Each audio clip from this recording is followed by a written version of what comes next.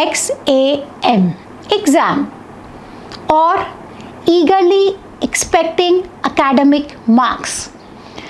Right from we admit our child to pre-KG till grade 12, we as parents are constantly involved in their exams.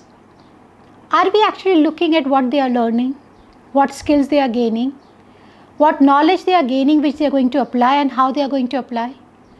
Or are we just focusing on they have exams, they have to score good, and these results are actually the parameter of the intellectual of the child? I know we are in different times when we say that we don't believe in competition, but eventually exams are all about scoring better than the others.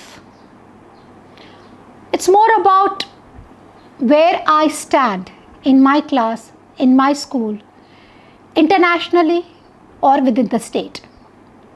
We always like to take pride if the child is really doing well. If the child is not doing well, still we say, okay, you are my pride, you did well. But the question is, do we really mean it when we do it? Or we are just trying to say, under parenting pressure, to ensure that the child doesn't lose his motivation, the child doesn't get depressed just because he has scored less. The child knows about it, that he has scored less. But eventually we need to understand that scoring is not success. Scoring can never be measured directly related to success. We try to tell our kids, but our kids are in dilemma. At one end, we try to tell them that scoring is not related with the success in life.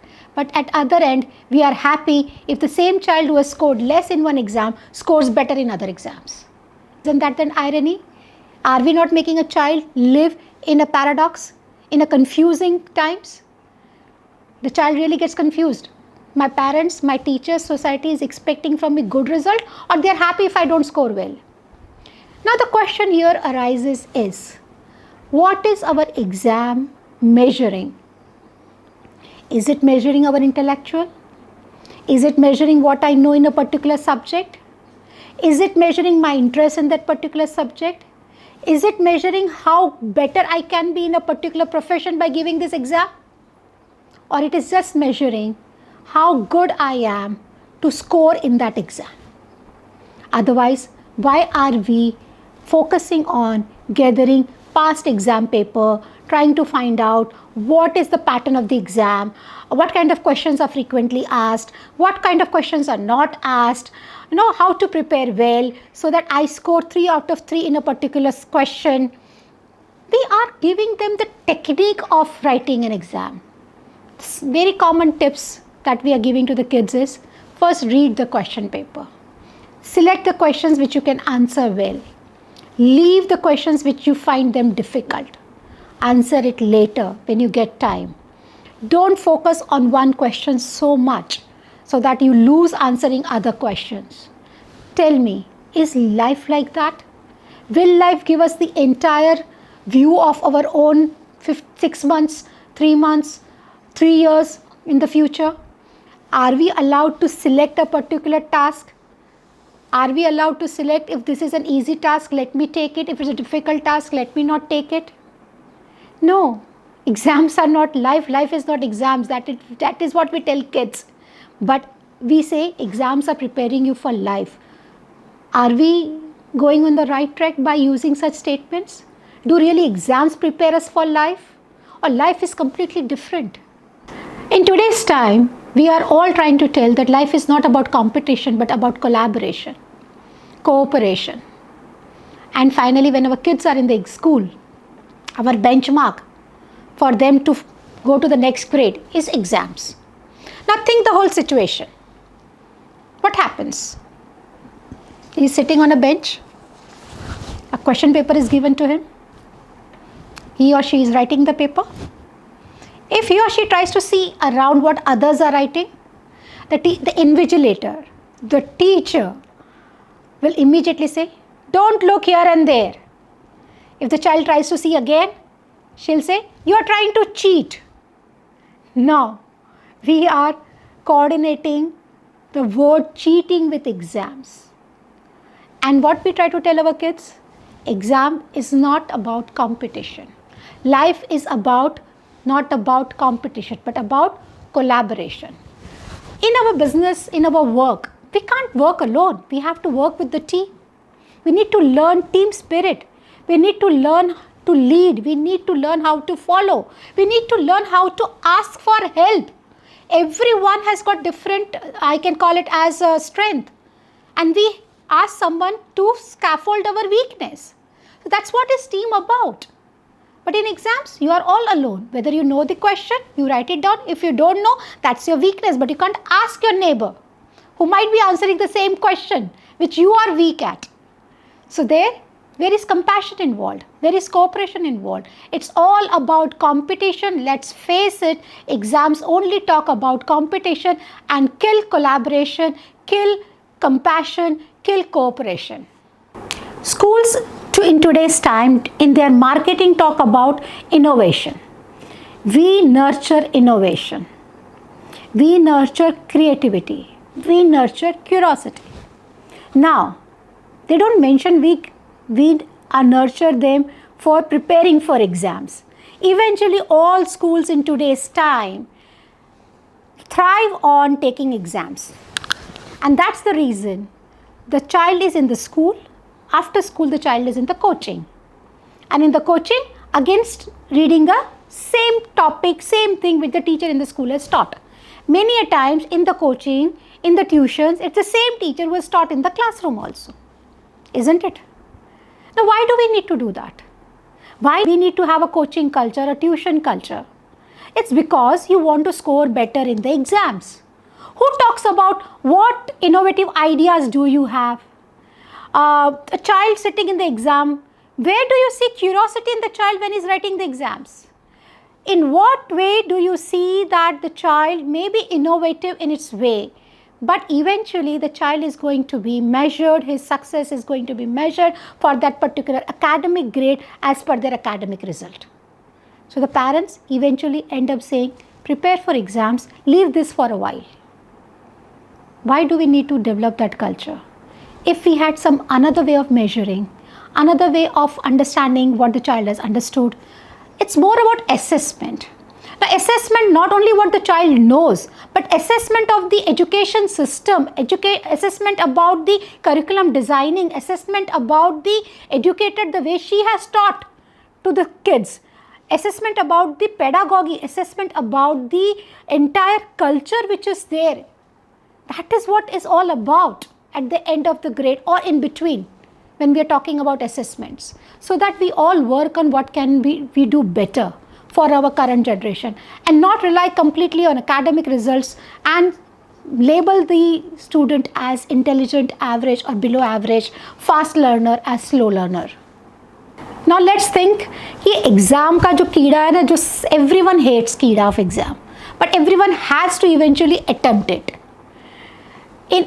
I am telling any child, if you ask a child how many exams you have given so far, how many days you have spent just to prepare for exams, vis-a-vis how many days you have spent to develop your curiosity, to solve a problem which is there in your mind, to seek a solution which is there in the community, to interact with various intellectuals, professionals, to shadow someone and understand what that particular career is all about in which you are interested. Most of the time, we are trying to prepare ourselves to sit on a bench and write on a paper. Today's generation hardly wants to write on a paper as well.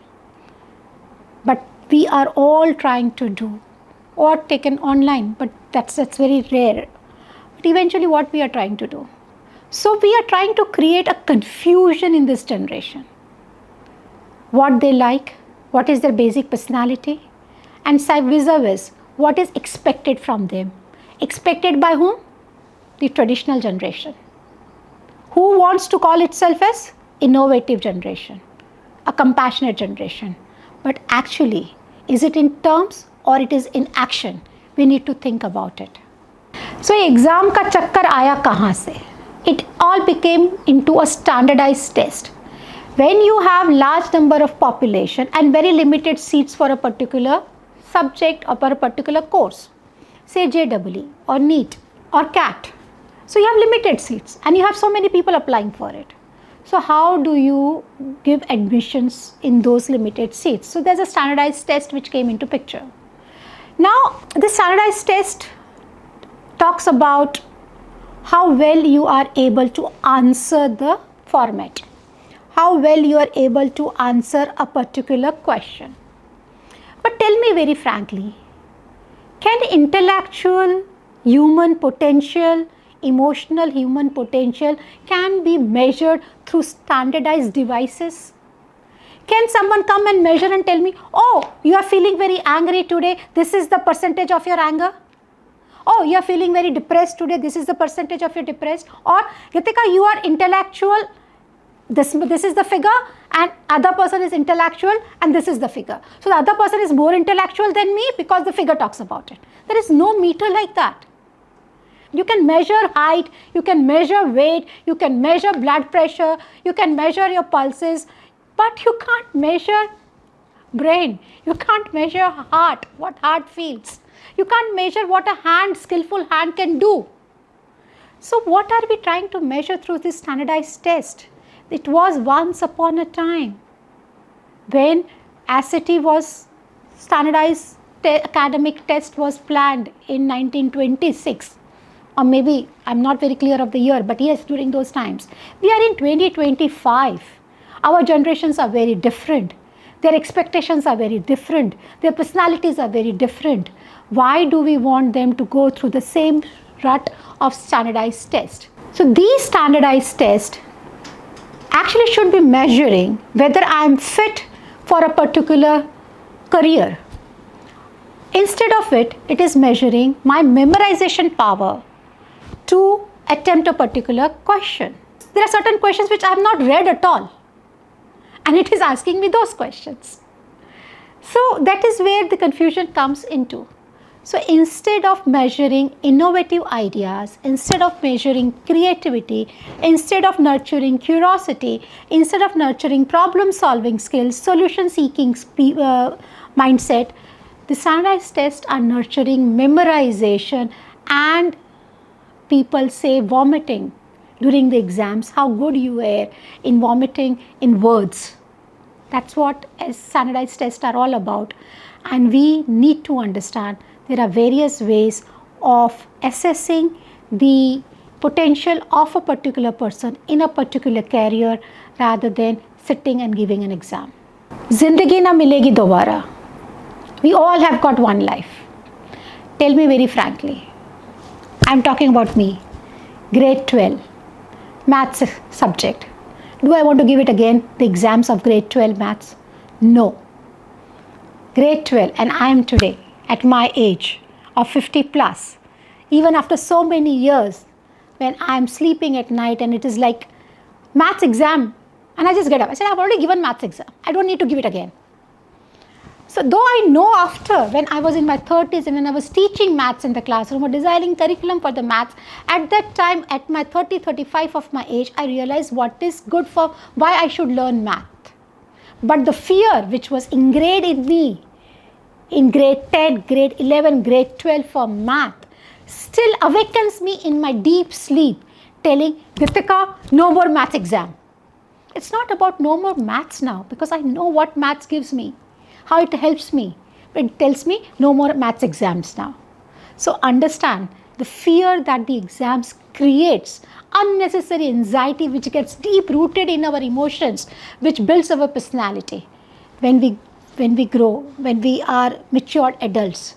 So जिंदगी ना मिलेगी दोबारा, हमने कितना वक्त exams में spend कर लिया for giving exams, right from pre-KG, I'm telling you, because a pre-KG child also is worried for the exams which the teacher is going to ask, and he is memorizing all the things which teacher is going to ask in the school. So let's not use those terms of exams, let's not use the term of testing, let it be into a regular habit where we are not worried of performance. Life may very limited time we have given to actual learning.